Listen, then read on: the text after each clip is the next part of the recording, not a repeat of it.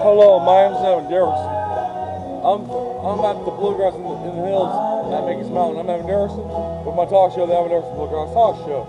I'm here with MC Mark. Oh, yeah, that's right. You were with here with you, Evan. You were with the All American Bluegrass band yesterday. That's right. You play the guitar?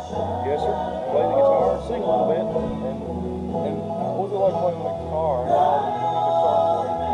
Well, I started out just a kid, kind of the same story, just a kid learning from the family, and just kind of kept going at it from there. I live in Richmond, Indiana. Richmond? Yep. And where originally you from?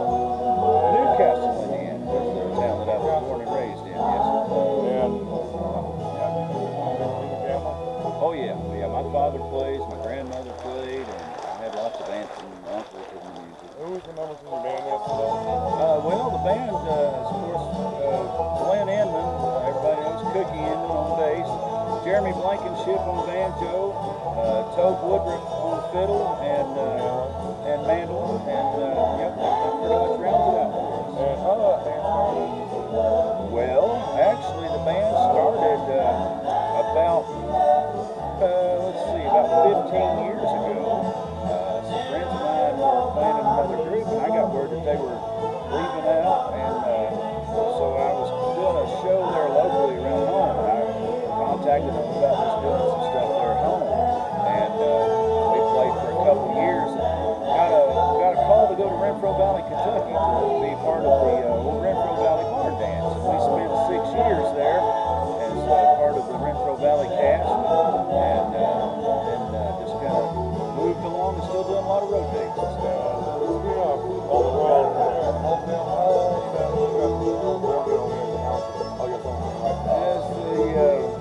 As the MC of the festival, probably,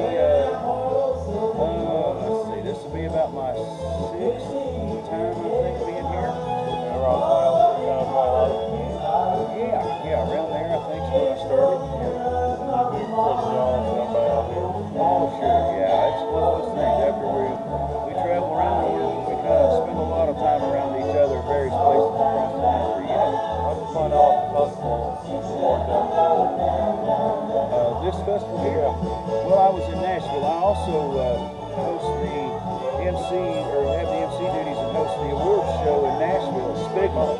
All right, the Society for Preservation of Bluegrass Music of America. We're there the first weekend in February each year, and I was there. I've been part of that for quite some time. And Calvin approached me about coming up here to Hopedale and being the MC or the master of ceremonies for this one, and I agreed to that. Having a SPIGMA in March? SPIGMA is in February. First weekend of February each year. Yes. And I heard somebody told me it was in March. No, sir. Of next year, 2018? No, sir, it'll be the first weekend of February. It's always the first full weekend of February in Nashville, Tennessee at the Music City Sheridan Hotel. And you can look them up at www.spigma.com to get all the details. And how did you start playing music? On guitar, like you mentioned?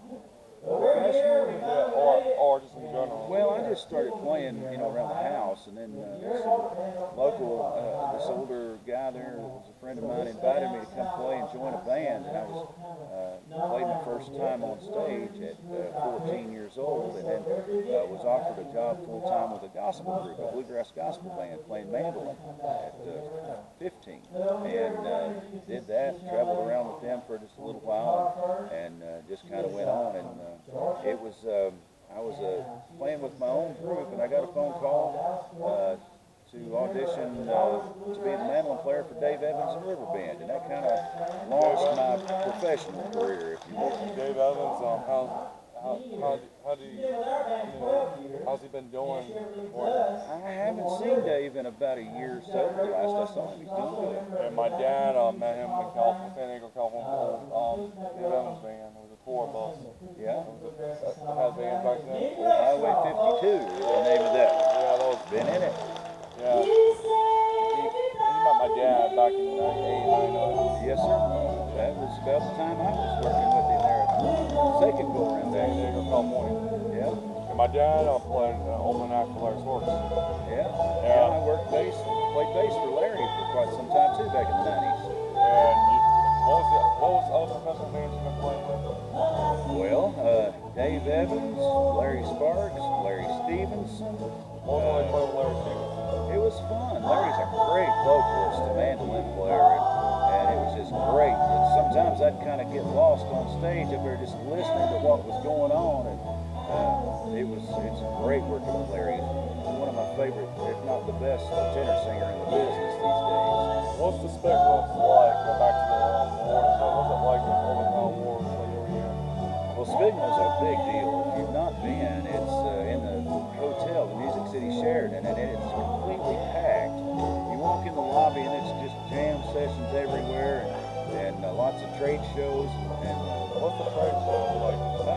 they set up guitars and stuff for sale, different instruments and things. There's lots of vendors there. It fills up 2 big rooms of stuff that people have for If sale. people are going to use, will they have the same room as well? I'm sorry? Come to meet interviewing or any interviewers out there? Oh yeah, I don't know that there's anyone actually out there interviewing, but yeah, you have access to all of it. You come down and be with us.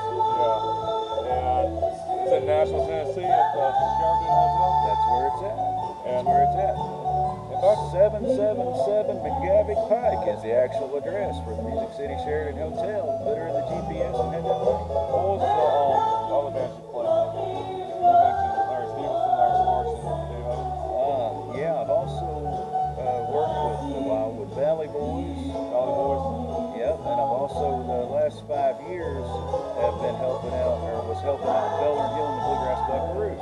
But at all at the same time, I've kept the All-American Band formed through the whole thing and still playing shows off and on in different places. And Bluegrass and Hills. I was here 2010, 2011. I heard the dance floor, the dancing area was built. Yeah, it used to be much smaller than it is now. And How small was it like back then? it was just about the width of a sheet of plywood, really. He's doubled the size of it and extended it on out wider. He's done a lot of improvements here at Mickey's Mountain and Hopedale with Bluegrass in the Hills. I had been off for a couple of years, hadn't been able to be here due to other commitments, and when I pulled through the gate, all I could say was, wow, it was amazing at the changes that's been made. What was it? Was there a reason why that was built over that stage, that dance floor? To give people room to dance. Yeah. Every once in a while people get a case they can't help it and they want to get up and dance a little bit, so you got to give them room to do it. And Bluegrass in the Hills, what do you like about the event Calvin's hosting it this weekend? Oh man, he's got a powerhouse lineup of talent. There's somebody here that you're going to enjoy, I guarantee it. And then the park, there's plenty of shade, plenty of covered seating, and the food's great. The hospitality is unreal around here at this festival. And what are you thankful for about the festival this weekend, especially with Calvin now? I'm always thankful to get to be part of it. And Men and women serving our country. That's right. That's right. We appreciate all the men and women serving our country too. That's right. My dad and my maternal grandparents served our country. All right. And I have a cousin currently in the Army. Same here. My maternal grandfather was in World War II. My maternal grandfather was living in Nova Scotia, was the same place where we're at. Right. I was born in raised in And we've been with the performers out here today. Performance has been great. Every band that's been on stage has done a great job. And Don't expect any different here at Bluegrass in the Hills. we've been about Little Roy. I live over playing over here this year. Oh, Little Roy, he's a treat no matter where he's at. It's always a lot of fun getting to be around Little Roy and the Lizzie show, and he's still at it full force. It's always fun to be around Little Roy. And one more question. You guys have a long time making mountain, and what's your advice for the music out there playing guitar range and stuff there? My advice to anybody playing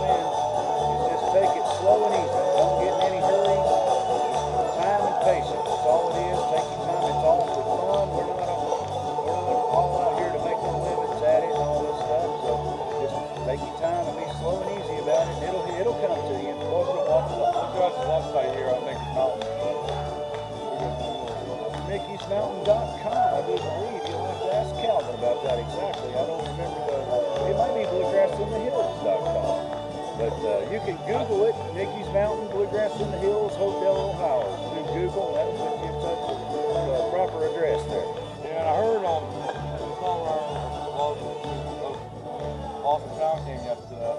Alan Mills. Yes, Alan Mills, the old general, was here with us visiting yesterday. He was hanging out with Junior Assistant Rambler's Choice, and it was good to get to visit. Yeah, I heard the news people were here. What was the news been about? I'm not real sure. I wasn't I don't know what was going on there. But it was pretty cool. It was cool.